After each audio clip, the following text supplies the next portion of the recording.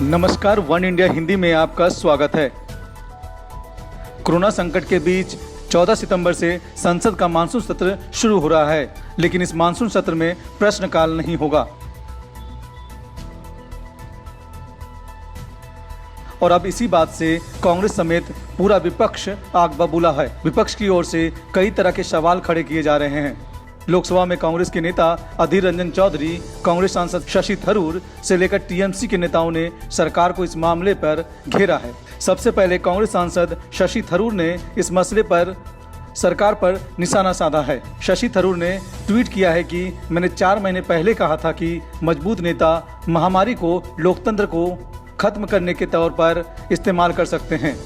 संसद सत्र का नोटिफिकेशन ये बता रहा है कि इस बार प्रश्नकाल नहीं होगा। हमें सुरक्षित रखने के नाम पर यह कितना सही है।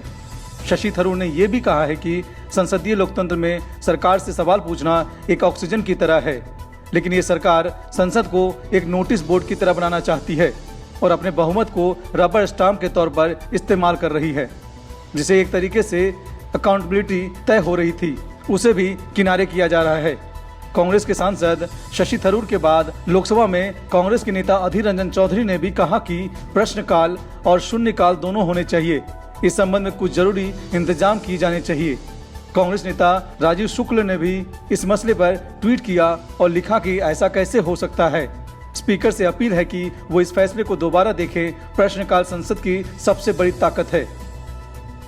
कांग्रेस सांसदों के अलावा टीएमसी के राज्यसभा सांसद दिनेश त्रिवेदी ने भी सरकार पर निशाना साधा।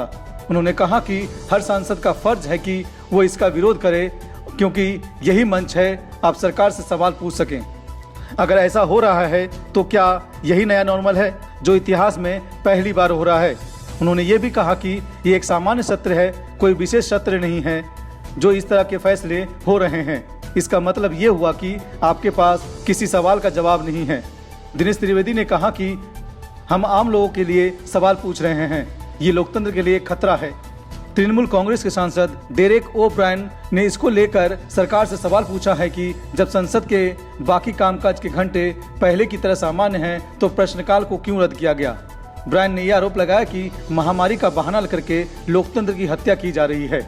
इस खबर में इतना ही। बाकी खबरों के लिए बने रहे वन इंडिया हिंदी के साथ।